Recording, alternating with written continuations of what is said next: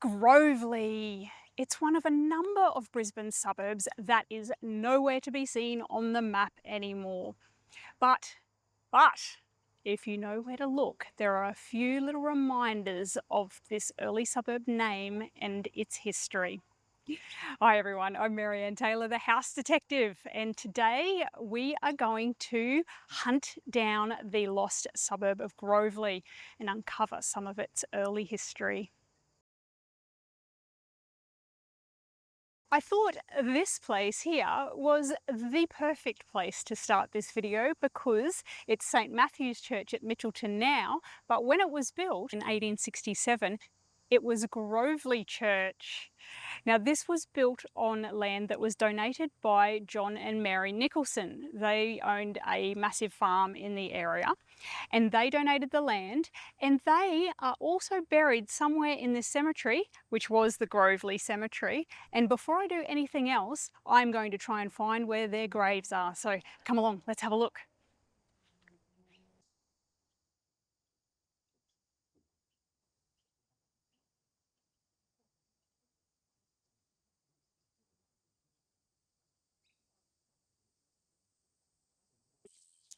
So we've got Edward Mott, we've got members of the Perry family.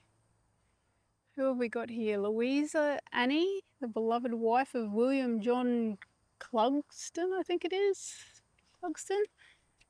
Beautiful graves. I love this old cast iron around these old graves. Who have we got here? Marshall family, Bracewell, Gordon. Some impressive monuments up here. John and Mary Nicholson, here they are. The people who donated the land on which this cemetery and church is built. So let me tell you a little bit more about them. This is John and Mary's grave behind me. I had to move into the shade because it's about 1,000,000 degrees today and I want to stay out of the sun. But John and Mary bought this huge holding of land. They purchased this in 1864.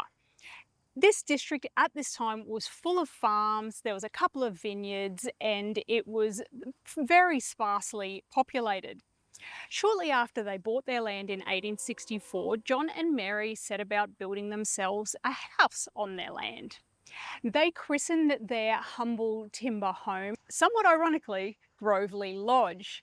Now, this was the name of a much grander residence in their hometown of Barford St Martin in Wiltshire in England. In addition to Grovely Lodge, there was also Grovely Woods, which was a very ancient woodland.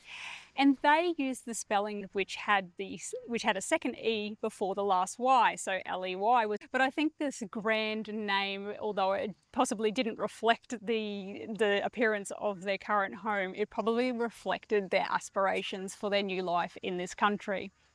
In 1867, John and Mary donated part of their land for the construction of a church. This became known as Grovely Church, and the cemetery surrounding it was Grovely Cemetery. It's now St Matthew's Anglican Church at Mitchelton, and it's on an absolutely beautiful spot up here on top of the hill. If you've never been here, I really encourage you to come and have a look. It's lovely. Apart from the car going past, it's a lovely little peaceful oasis on top of a hill, and there's some beautiful views out behind me. The church itself is absolutely gorgeous. Unfortunately, it's not open today, but I'll have to come back and have a look inside sometime. But they donated this land. It became Grovely Church. When a school was established on their land, it was also Grovely School. In 1883, the Kehler family, not sure how to pronounce that, it's a German name, became the new owners of Grovely Lodge, and they remained the owners right up until the railway came through in 1918. When the railway line was extended through this area from what was Rifle Range Station, now Gaythorne Station, a station nearby this land was named Grovely after the Nicholsons' property and the church and the school. And interestingly, it was spelt without the second E, and this seems to, after that, have become the more common spelling of the word. Now, when the railway line went through this area, it spurred on a heap of residential development. And the Kayla family capitalised on the land boom that followed this arrival of the railway. They subdivided the former Groveley Lodge land into 362 16 perch, that's about 405 square metre, residential blocks. And the estate was marketed as, not surprisingly, the Groveley Lodge Estate. The Groveley Lodge Estate was a huge development. It was bordered by Church Road to the west, Sanford Road to the south, University Road to the east, and Laker Street, I think it is, to the north. As part of the Groveley Lodge Estate, a number of new roads were laid out through the former farm. This included Groveley Street and Nicholson Street, paying tribute to the Nicholson family and their residents.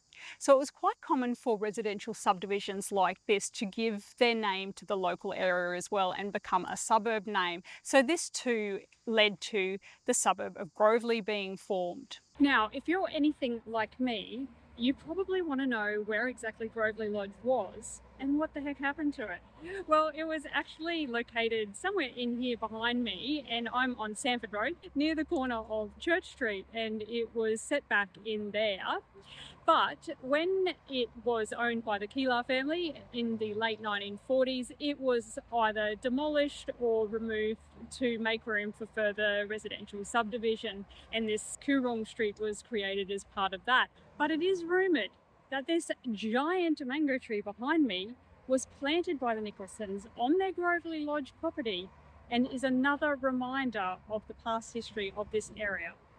So whatever happened to the suburb of Groveley? It started so strong, it was going so well.